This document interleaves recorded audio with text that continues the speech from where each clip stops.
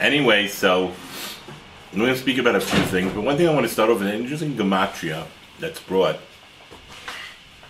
Right, we're all waiting for what we call nitzachon. That's the phrase. Nitzachon is victory. What the victory actually means, everyone has a different opinion. That's already getting also political opinion. What victory would mean? Is it a total destruction of the Hamas?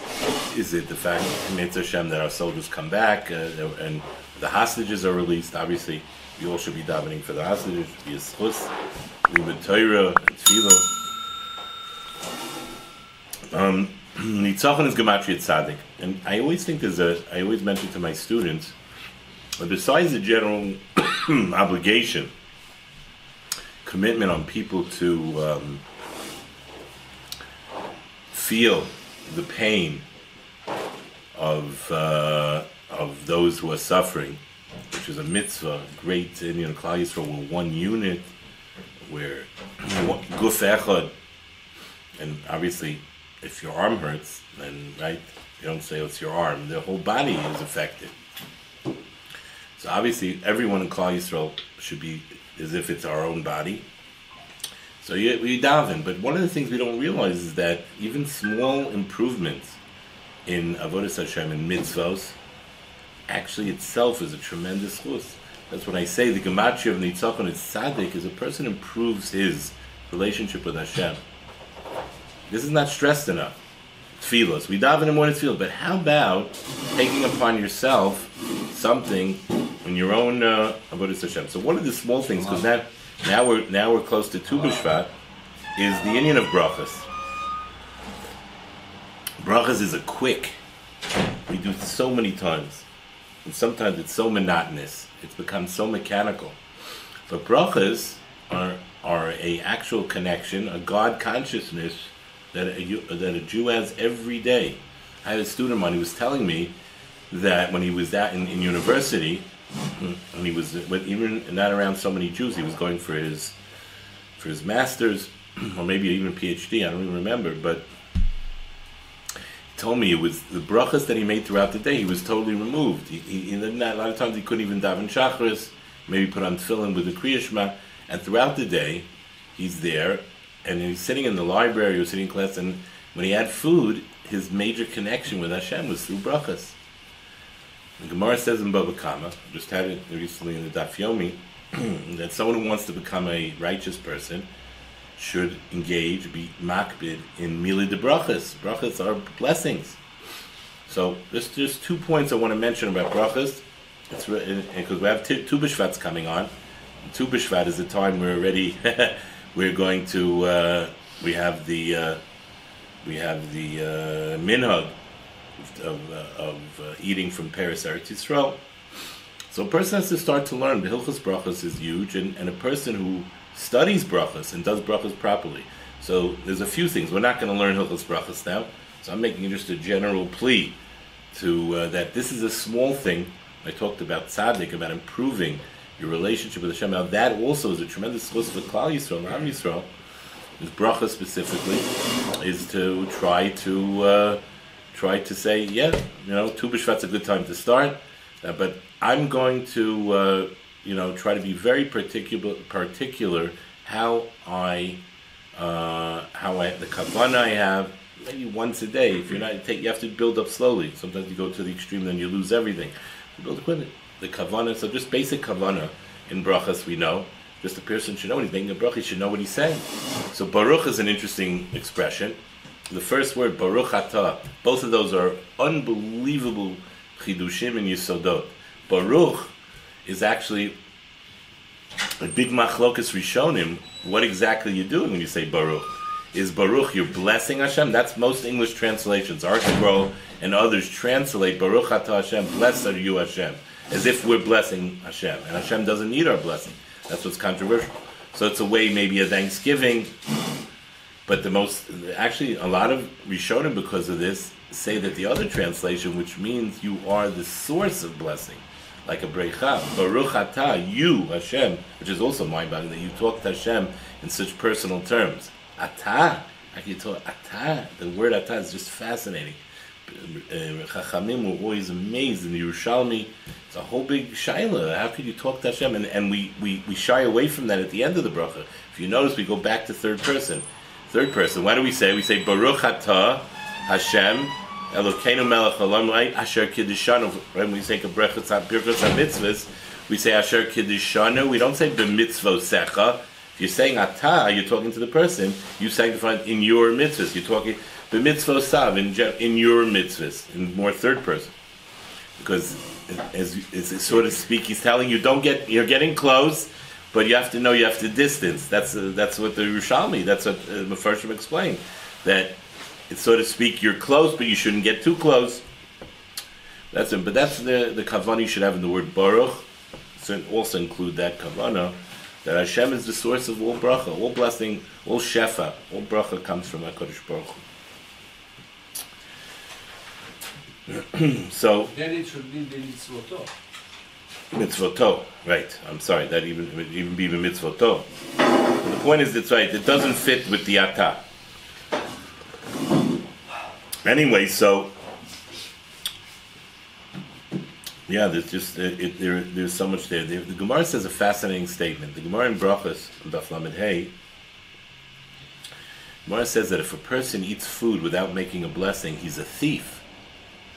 Kilu goizel la'Kadosh Baruch Hu u'knesses Yisrael. So you're a double thief.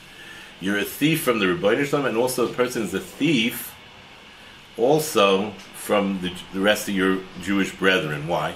So HaKadosh Baruch Hu, we know, because HaKadosh Baruch Hu said, it's my food, it's my land, it's my world. L'Hashem ha'aretz u'meloa. But I let you eat, but only after bracha. Kan kodem bracha, hashamayim shamayim l'Hashem, v'aretz nasan l'vnei adam. That's only l'achar bracha. So Gemara makes a statement that it's gzeila. You're stealing from HaKadosh Baruch Hu his bracha. Also, that's kvod shamayim. We were created to give honor to Hashem. But there's also amazing chiddush that you're stealing from Knesset Yisrael. Why? Rashi says over there in Brachos, Rashi says a fascinating thing. Rashi says that when you don't give a bracha to Hashem, so to speak, you're causing that the shefa, it's like pipes. So you're clogging the pipes. You're causing the shefa not to come down. So people are affected by you. The crops could be affected. Others. So when people don't make bracha, and there's another thing, people see that you don't make brachas. A lot of times it could other people around you. So then you could be also a chote, a sinner, or also machti. That's one simple thing. I'm not giving a course. I teach Hilchos Brachos. You could learn it today. You can take a course on. You could look it up on the internet. You can get a small pamphlet to be makabo on yourselves, to try to make brachas with kavan and to learn Hilchos Brachos. Those are very important things. I'm telling you, that is a schus. That itself, tzaddik brachas brings greater awareness of Hashem. You're improving. That itself is a tremendous schus to have nitzachon. And there's an app for that. There's an app for it, for sure. The proper bracha. The Gemara says a funny thing. It's an unbelievable statement in the Gemara. If you hear it, it sounds funny from just we translate it. We know the Christians, that other religion, that sister religion. So they have this concept that you could confession. You go to the priest, and somehow that can give you some kind of atonement. We have to do tshuva. You just don't, right? We talk to the Rabbi Sholum. So the Gemara has a funny expression. The Gemara says that a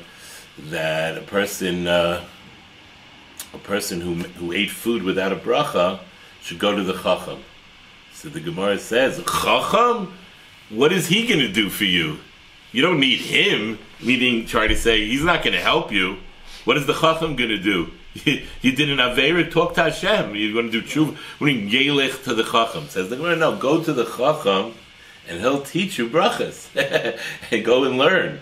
If you learn, you'll make the proper bracha. It won't be the problem. So you have to learn. In fact, the Gemara, the Marsha says, it's very important that even though we say that Shahako really covers everything, and you technically just say, hey, I have a safety net. I now know what I'm going to take. No motzi. I just make shahakal on everything because shahakal ni'ev dvaro. No, the more specific the bracha is kvod shamayim you have to make. Even bar pri adama, no, don't make bar pri adama if it's a bar pri eight. Bar pri eight is more specific. It's a great, when you don't know, you're besuffic, so you can make a bar pri adama. You don't know what it is, you have doubt, you could make a shahakal. But that's because you have a suffix. The guys in Amoritz, you never learn brachas. Yelech eitzel chacham and learn. So that's very important. That's why today Yelech eitzel chacham could even be the internet, can be an app. It should even be a rabbi. Today it's unbelievable. There's almost no excuses. One of the scary things in Shemayim we get up to, he says, Yankel, why didn't you learn? He goes, I had all these apps created for you. They were waiting for you, Yankel. You could have known everything. Everything. Hilchos brachos, Hilchos nidei, Hilchos day. They're all today explained beautifully. English, French, Spanish, any language. Everything is all prepared.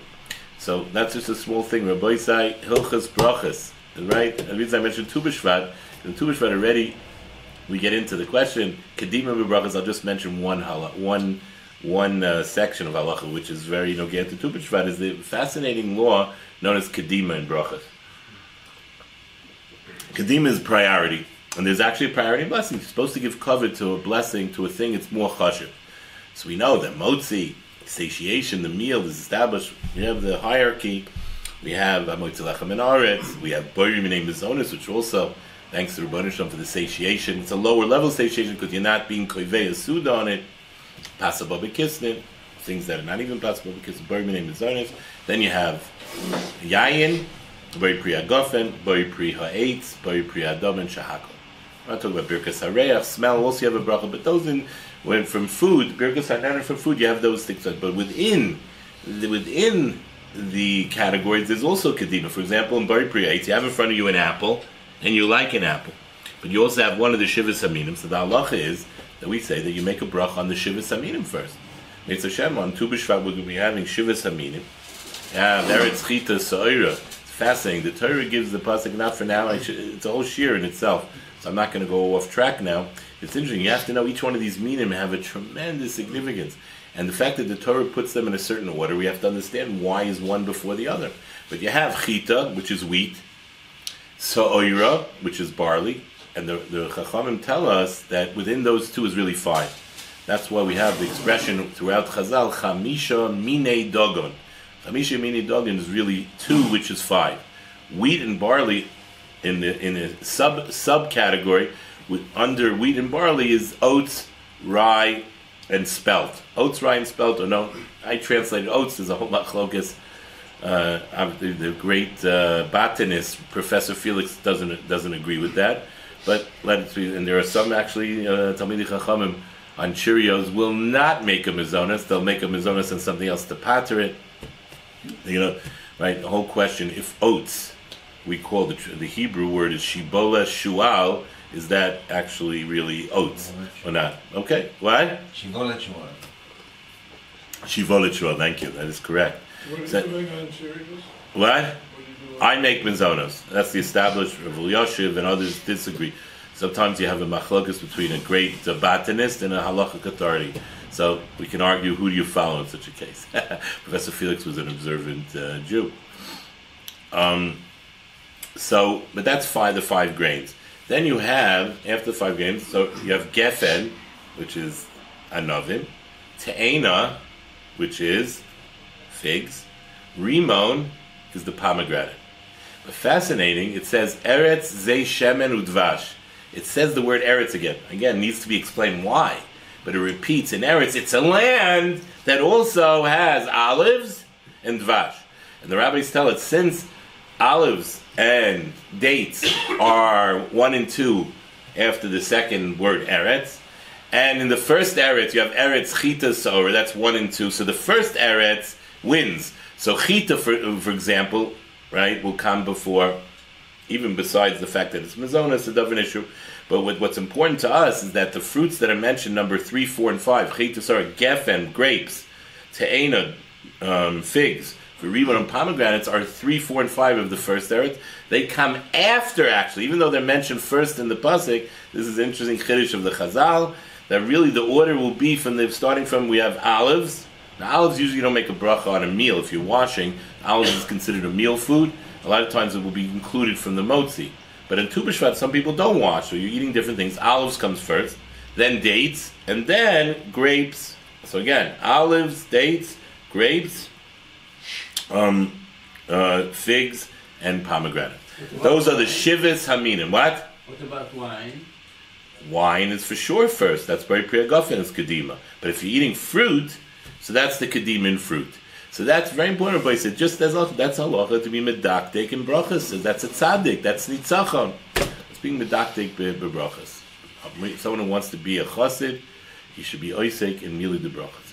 So now it's very interesting. Within that, though, you have also when it's not one of the shivas aminim. So again, if you're having the apple, so make on the shivas aminim. You're only going to make one bracha. Let the bracha go on the shivas aminim. You want, and you can eat all the fruits that hopefully on Tu B'Shvat. Well, there will be many different types of fruit, but some of them are adama. So meaning most people, I don't know, minig Chabad, they make an eitz before an adama, but certainly shivas aminim. In shivas aminim there is no adama in the shivas aminim; they're all eitz. So for sure, if the shivas aminim, the bracha on the eitz, and then you'll make an adama. What bracha do you make the adama on? So here we have the concept comes in. We don't have shivas aminim. We have a new concept known as chaviv. Chaviv is the one that's most dear to you. I know there's a whole issue: is it chaviv now, or what's generally chaviv? When I have a clear decision. Everyone should follow his rub.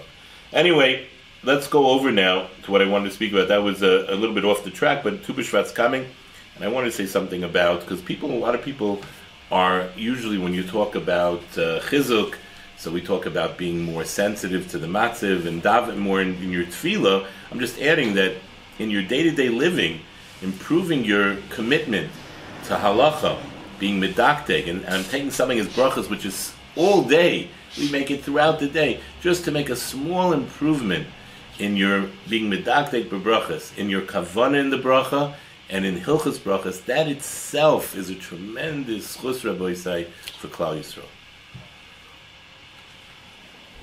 We just had the parshas Shmois, Vayira B'Shalach in Yisroi. When is Yitzias Mitzrayim? Some will say, what do you mean? It's this parsha, boy. Some say, no, it's not boy, it's B'Shalach. Because Mitzrayim are still chasing after them in this parsha. They didn't leave, they left Mitzrayim, they could go back. Only when when the Mitzrayim drown in the Yam Suf is it officially over. And some say, the true Yitzias Mitzrayim, and this is what I want to speak about. And as religious people, have to understand that when we talk about the Geulas Mitzrayim, right? Now we're learning the parshas. Now we're really preparing for Pesach, what we're going to speak about at the Seder. So a lot of times I do a lot of kiruv, and I always have people at my Seder who are not so observant. So I have to be very careful not to be insulting.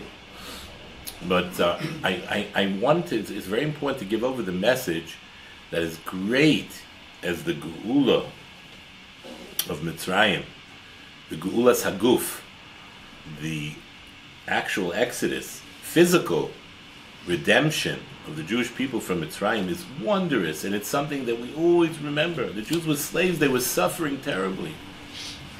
But that is not really the crowning, we'll call it, there was really two Geulas. That's not the Geula that we're celebrating. The Geula really of Yitzias Mitzrayim is really the spiritual Geula, and it's very important. If you look at the four Lashonos of Geula, the first three are all physical. Ve'hoitzeisi eschem mitachas sivlois Mitzrayim. When it take you out from the burdens, that's the backbreaking avoida, layimoriru, avoida kasha, pain, sevel, terrible suffering. That itself is a Geula. And if they would stay in Mitzrayim and still be slaves, that itself is a Geula, so much so that Chazal were misaken a kais, the 4 cups of wine, right? There are 4 different cups, and we make a boy priyagaf on each one of them, as if they're 4 separate mitzvahs, 4 separate Geulas. That itself is a redemption you have to celebrate. That's a physical redemption. And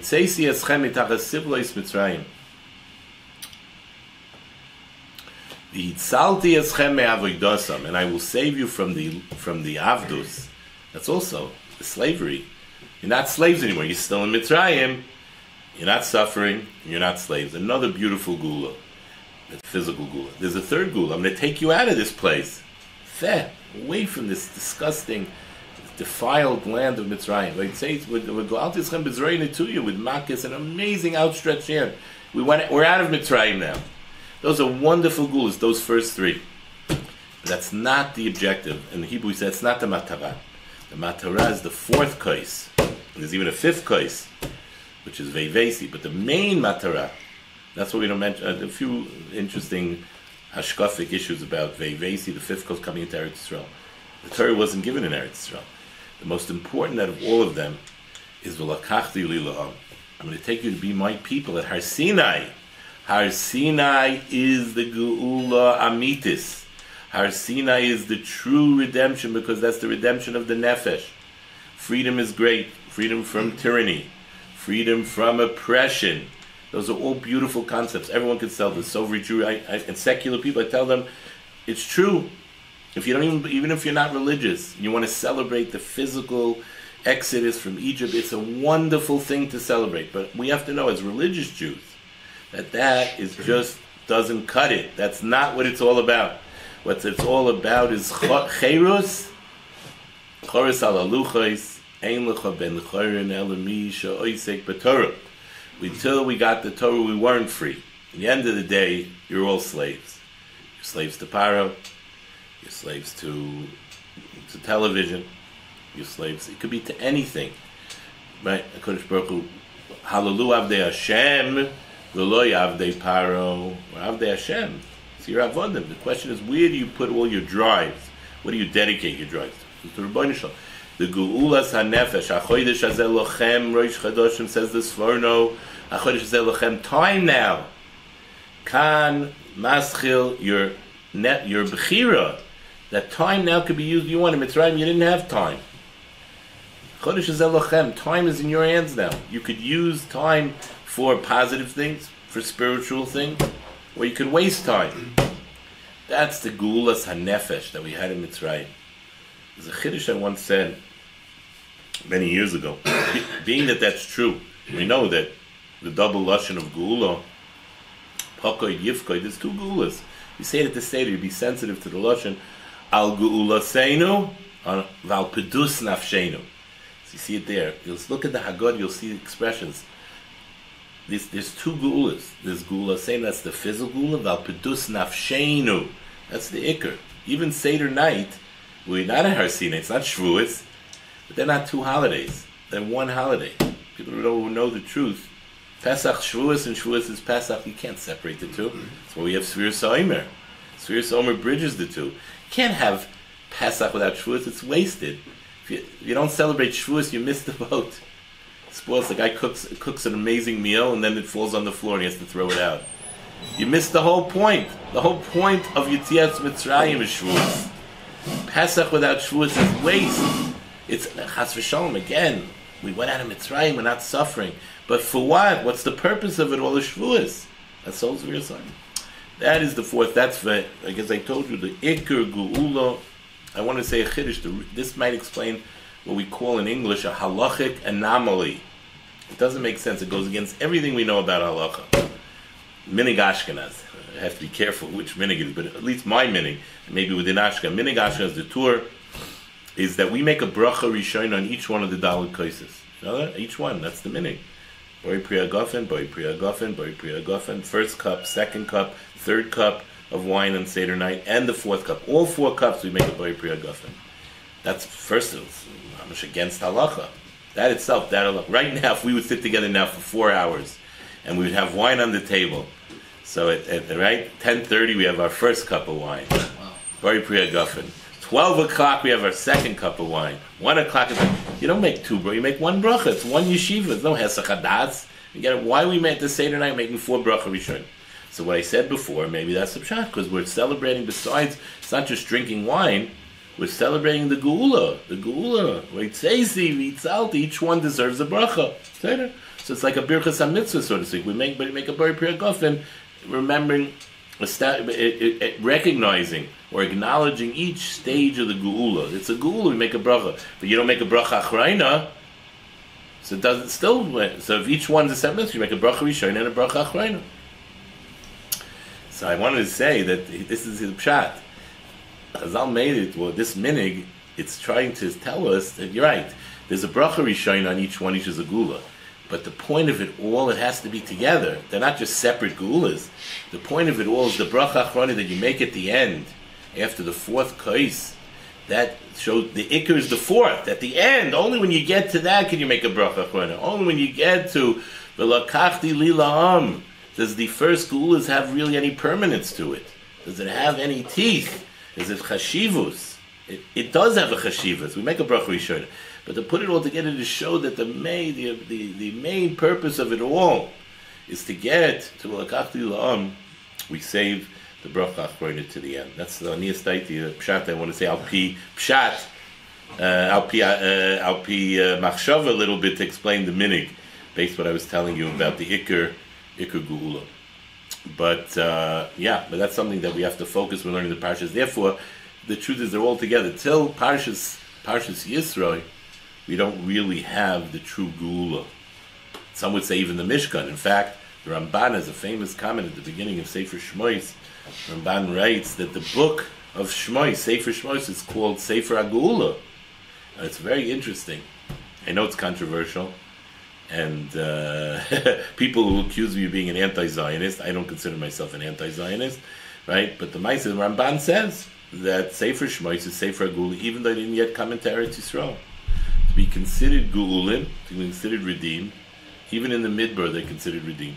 It's getting into a different child, but maybe once I'm here I have to make sure that that this thing is clarified, because it's a very, very loaded topic, and people get, right? The Jewish people existed for 2,000 years outside the land of Israel, and they were able to survive, because the Torah is the portable homeland of the Jewish people. Torah is the Iker. Torah, when Eretz Yisrael elevates the Torah to the purpose, for sure, Kadosh Baruch Hu wanted us, but he didn't give the Torah to the Jewish people at the Kaisel and Har Moriah. He gave it in the Midbar. And I think there's two very major concepts Hashem wanted to teach us with that. Why? It's a good question. Why did he give the Torah in Eretz Yisrael? First, bring us into Eretz. Let us get the Torah at Har Moriah. Wouldn't that be the perfect place to have received the Torah? The place of the creation of man, or the Marishans. We know there's Har Moriah is the closest connection to the Rebbeinu Shalom. Shouldn't the Matan Torah have been at Har Moriah, at the Kaisel, at Har Habayis? Torah is universal. Torah shebichtav. Torah is universal.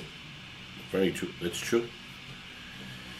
But I think there's a tremendous concept here. There's 2 points that I make. There could be many, many different yisodot and machshavot that you could say about this. But there's 2. One is very controversial. I get myself into trouble a lot. But I think it's true. It's very important. Nasa v'nishma, a commitment to Torah has to be before you come into Eretz Yisrael. It has to be outside of Eretz Yisrael. Eretz Yisrael is Paltron Shel Melech, the king's castle. You can't just, I'll come to Israel, well, I don't eat kosher, and I'm not religious, and I'm not going to observe the Torah, but maybe one day. Eretz Yisrael needs a commitment. It's a very holy land. Now, I'm not saying, people say, does that mean, what, all the people who came here? They came, but conceptually, a person needs to make a commitment before coming to Eretz Yisrael. Eretz Yisrael is a place where a person should already, being close to the Rebbeinu Shalom, be committed. That's one concept why the Torah was given outside Eretz Yisrael. To first commit yourself, to prepare yourself, and then come into Eretz Yisrael. But I think there's even a more important lesson, is what we said before. The Torah was given outside Eretz Yisrael. Hashem wanted to say you could survive as a people with the Torah even outside of Eretz Yisrael. You don't need Eretz Yisrael, the Torah, to be Eretz Yisrael. The Torah doesn't have to be connected to Eretz Yisrael for the Jewish people to survive.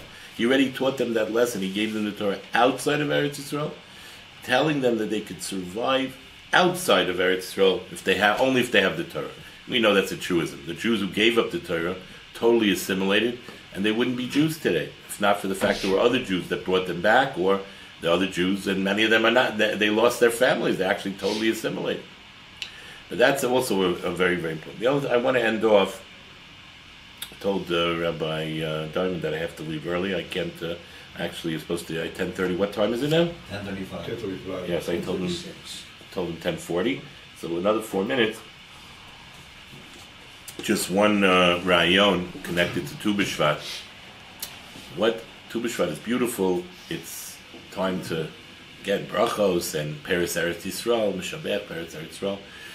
Tu B'Shvat it's called Chag LaIlanos. The Vilna Gaon writes it's a type of Yom Tif because there's Arba Rosh Hashanah.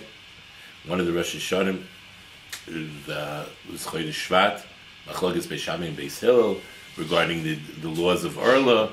There are halachas regarding the laws of Orla. Orla applies even in Chutz La'aretz. Some say that's why even outside of Israel they keep the minhagim of Tu B'Shvat to try to get Peres Eretz Yisrael. Orla applies also in Chutz La'aretz. Okay, the Gemara in Kedushin.